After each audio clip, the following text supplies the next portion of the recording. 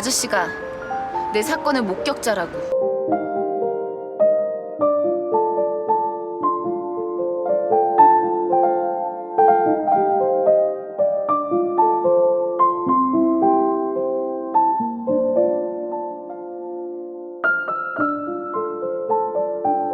말아요.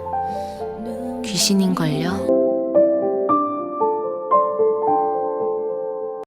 Maaf lama gak upload, karena lagi ada sedikit kendala. Dan semoga bisa kembali normal biar bisa upload terus. Hari ini aku mau review film drama romantis asal Korea Selatan berjudul Don't Worry, I'm a Ghost.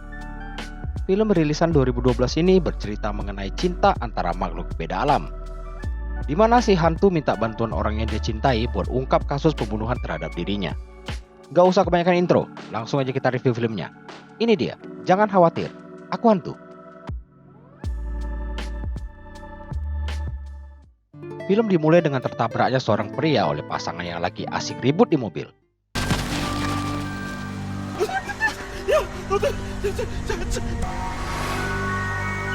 Pindah ke rumah sakit, si pria tadi mengalami amnesia hingga tidak bisa mengingat nama bahkan alamatnya sendiri.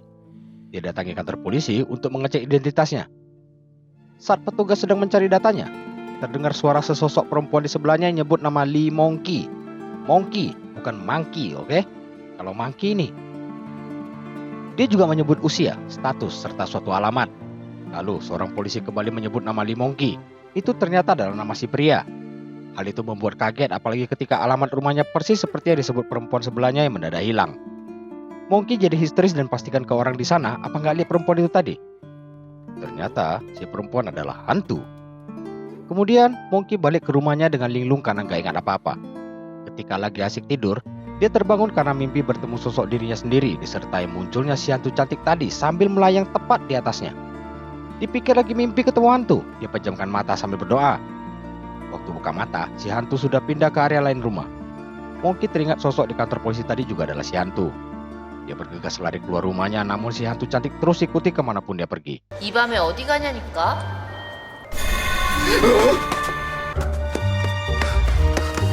아저씨,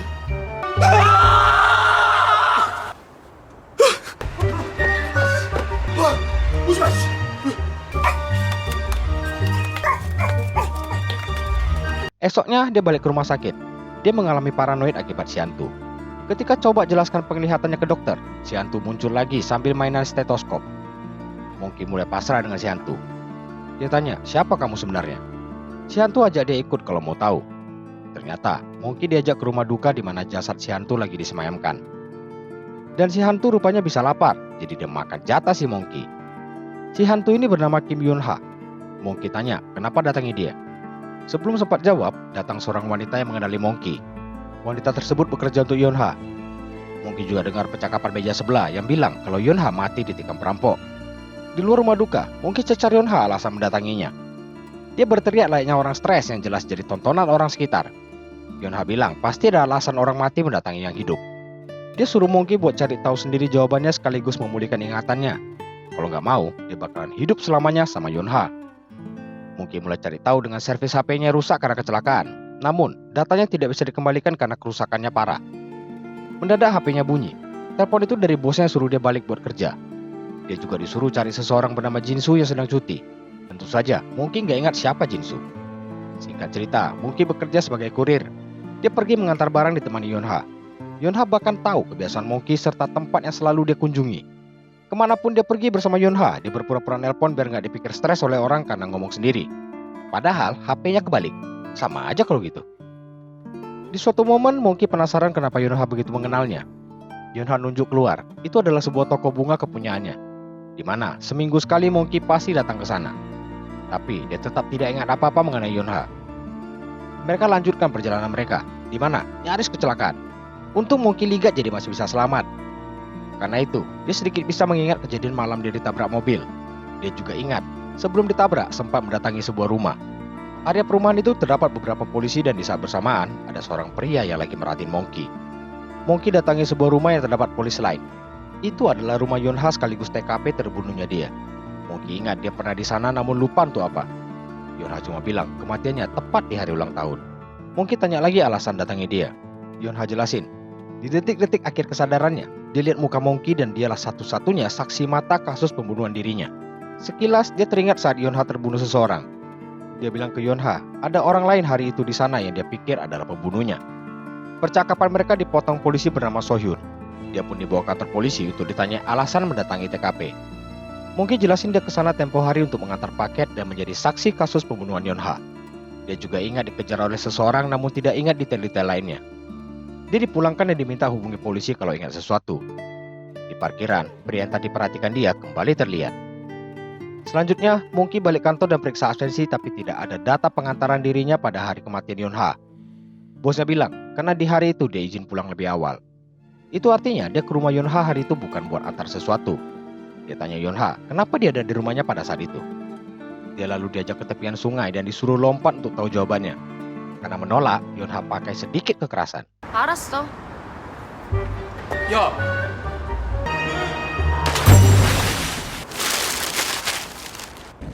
나 수영! 할 줄 알아. 전에 이렇게 빠진 적 있었으니까. Monkey ingat sesuatu, yaitu dia pernah coba mengakhiri hidupnya dulu di sana. Namun, dia ditolong seseorang yang tak lain adalah Yonha zaman masih sekolah. Yonha tersadar namun tidak dengan Monkey. Dia ceramain Monkey yang ingin mengakhiri hidupnya. Dan setelah pos ngomel, dia pun tinggalkan dia di sana yang rupanya pura-pura pingsan. Namun, dia penasaran apakah Monkey melanjutkan hidupnya dengan baik setelah kejadian itu. Dia dapat jawabannya ketika lagi bagi-bagi bunga atas pembukaan tokonya. Monkey salah satu yang diberi bunga pada saat itu. Walau Monkey sepertinya nggak ingat sama Yonha, padahal pernah diselamatkan nyawanya. Di tengah momen sweet mereka, Yonha ceritakan fakta sebenarnya. Hari itu, Monkey datang atas undangan Yonha yang berulang tahun. Karena dia menyimpan perasaan suka sama Monkey. Dia nggak ngomong dari awal karena pengen diingat sama Monkey. Inilah cewek. Udah jadi hantu pun, masih aja pengen cowok bisa tahu isi hati mereka tanpa ngomong. Kalian pikir kami cenayang, ha? Kenapa jadi emosi aku? Lanjutlah. Sampai di rumah, suasananya jadi canggung. Waktu mau ambil minum di kulkas, Yonha ajak dia ngebir. Bisa loh hantu minum bir, mabuk pula. Udah gitu, ngajak Monkey buat enak-enak. Emang bisa. Yonha mengklaim dia nggak mungkin selingkuh karena cuma Monkey yang bisa lihat dia. Masuk akal. Monkey tolak karena nggak mau dirayu sama hantu. Besoknya, Hyunso datang ke rumahnya. Dia mau konfirmasi perihal kenapa dia ke rumah Yonha. Monkey yang sudah ingat bilang karena dia diundang. Hyunso heran, kenapa dia cuma bisa ingat tentang Yonha tapi tidak detail lainnya. Padahal mereka nggak punya hubungan spesial. Sambil berharap Monkey bisa ingat lainnya, Hyunso pun pamit. Pindah ke toko bunga Yonha. Rekannya minta dia antarkan bunga karena dulu Yonha lah yang selalu antarkan sendiri tiap minggu. Dan sampaikan pesan, kalau itu adalah karya terakhir Yonha. Monkey serka antarkan yang ternyata adalah sebuah panti jompo. Monkey bilang dia cuma bantu antar dan bukan orang yang kasih ke mereka selama ini. Lalu seorang nenek kepo bilang pemilik toko sangat cantik. Dan Monkey pasti suka sama dia tanpa tahu kalau Yonha sudah tiada. Dia juga bahas sesuatu mengenai surat cinta. Monkey balik ke rumah dan buka suatu situs. Jelas dia lupa passwordnya. Dia coba nama Kim Yonha dan ternyata berhasil. Isinya ialah daftar riwayat pesanan bunga ke panti jompo selama ini. Dialah pemesan bunga secara diam-diam dan minta dirangkai berdasarkan kesukaan si Yonha. Setelah itu, dia turun. Yonha udah nungguin buat berangkat kerja. Monkey bilang dia cuti hari itu karena ingin melakukan sesuatu. Dia ajak si hantu jalan-jalan sambil menikmati jajanan pinggir jalan. Lalu mereka nonton bioskop di mana dia juga beli tiket untuk si hantu. Lebih amazing, hantu ini takut nonton film hantu. Hantu yang takut hantu. Mereka melanjutkan dengan berbelanja bahan makanan favorit Yonha di swalayan. Kemudian mereka pulang dan si Monkey memasak buat Yonha. Rupanya, semua hal yang dilakuin hari itu buat merayakan ulang tahun Yonha yang terlewatkan. Hal itu jelas membuat Yonha bahagia. Monkey pun meminta maaf karena Yonha udah meninggal dan dia nggak bisa ingat tentang dia.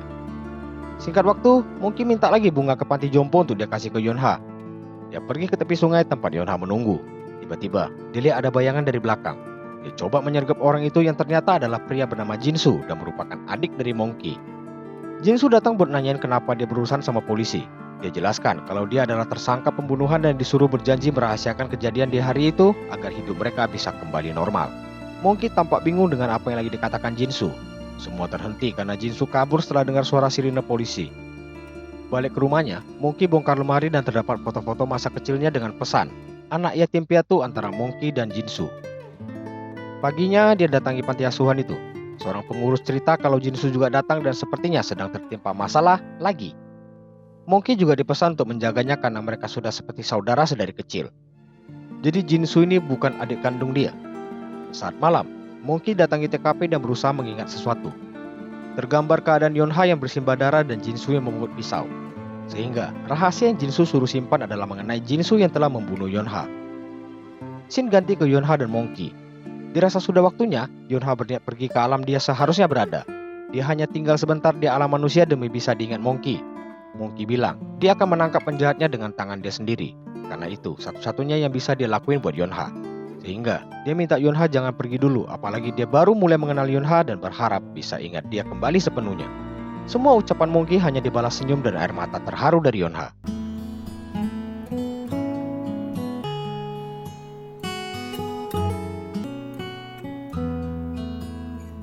Bangun pagi, Monkey kaget karena Yonha gak ada.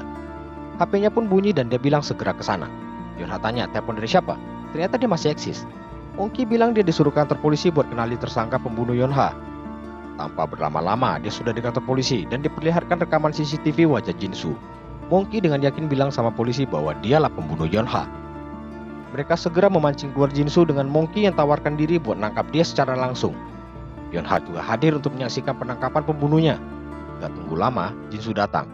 Dia berniat kabur begitu lihat ada sekumpulan polisi turun dari mobil. Namun, Monkey berhasil menahannya. Para polisi yang pengertian berhenti dulu dan biarkan mereka berargumen. Monkey marah karena Jinsu telah membunuh orang yang sangat dia cintai. Dia tanya alasan Jinsu bunuh Yonha.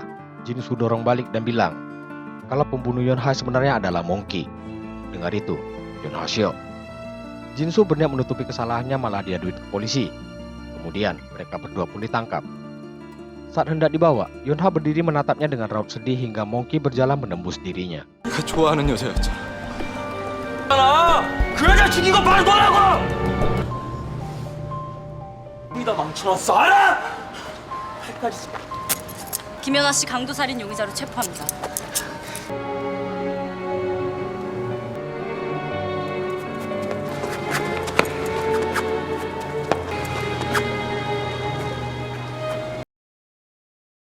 Reka ulang dilakukan di TKP. Saat disuruh memegang pisau untuk peragaan, dia teringat kejadian di hari itu, di mana dia diundang ke rumah karena Yonha bilang dia suka sama Monkey.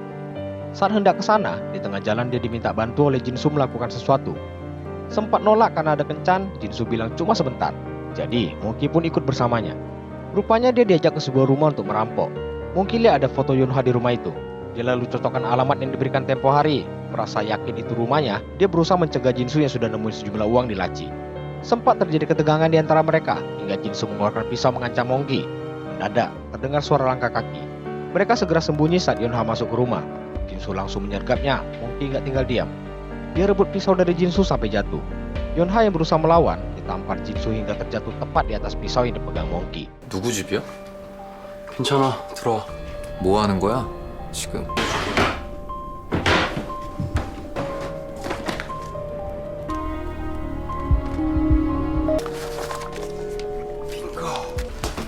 나와.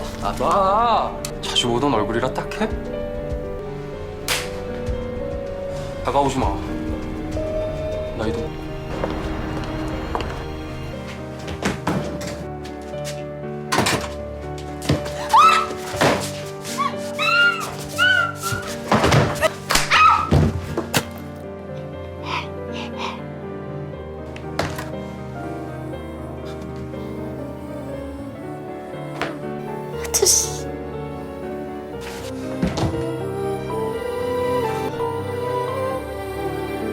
Monkey begitu sedih ketika melihat yang terjadi. Di tengah kekalapannya, dia lari dari TKP hingga terjadilah kecelakaan yang diperlihatkan di awal film. Adegan pindah ke penjara. Monkey teringat momen diselamatkan Yonha. Kejadian sebenarnya, hari itu malah Yonha yang nyaris tenggelam waktu coba nolong dia. Monkey bawa ke daratan dan ketika lihat Yonha sadar, dia berpura-pura pingsan. Sejak saat itulah, Monkey jatuh cinta sama Yonha, di mana dia selalu perhatikan dia dari kejauhan. Di tengah kesedihannya, Yonha muncul dan bilang, harusnya hari itu dia langsung datang ke rumahnya. Dia berpesan untuk hidup dengan baik, lalu pergi dengan berlinang air mata hingga perlahan-lahan menghilang dan menyisakan penyesalan mendalam bagi Monkey. 따라가지 말지. 그냥 나한테 오지. 이럴 줄 알았으면 오지 말걸. 잘 지내 아저씨.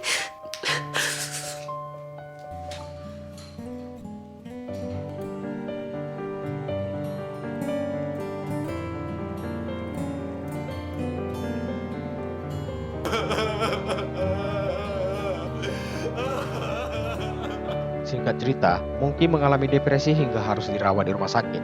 Dokter jelaskan ke Hyunso, karena cintanya begitu dalam ke Yonha, itu menyebabkan dia berusaha melupakan kejadian membunuhnya dan hanya ingin ingat kisah indah mereka. Namun itu mustahil karena kenangannya adalah satu kesatuan yang terikat. Dan selama ini, mungkin apa yang dia lihat bukanlah sosok hantu Yonha, melainkan hanya ilusi yang tercipta karena nggak bisa melupakan Yonha. Di tengah depresinya, Monkey ingin bertemu Yonha sekali lagi.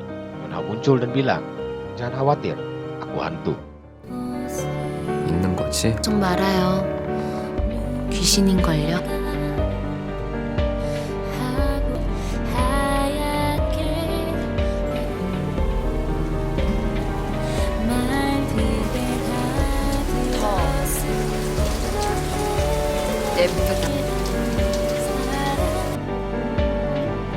Tamat. Benci aku endingnya. Plot twistnya bikin hancur. Gimana sakitnya tahu kalau pembunuh orang yang paling disayangi itu diri kita sendiri. Sekian lama saling simpan perasaan, malah berakhir mati di tangan orang yang disayang walaupun gak sengaja. Pesan lain dari film ini, kalau saat ini ada seseorang yang sangat kalian sayang, perjuangkan dengan segenap kemampuanmu. Jangan sampai suatu hari nanti kalian lagi tiduran dan nyesal karena gagal sebelum berusaha sepenuhnya. Don't hesitate, go for it. Yang terhibur boleh bantu subscribe, karena subscriber channel ini masih unyu-unyu. Jangan lupa juga sama like-nya ya. Sekian review film kali ini. Sampai jumpa di video berikutnya yang aku belum tahu kapan upload. Thank you for watching. Bye-bye. Sedih endingnya. Kampret lah.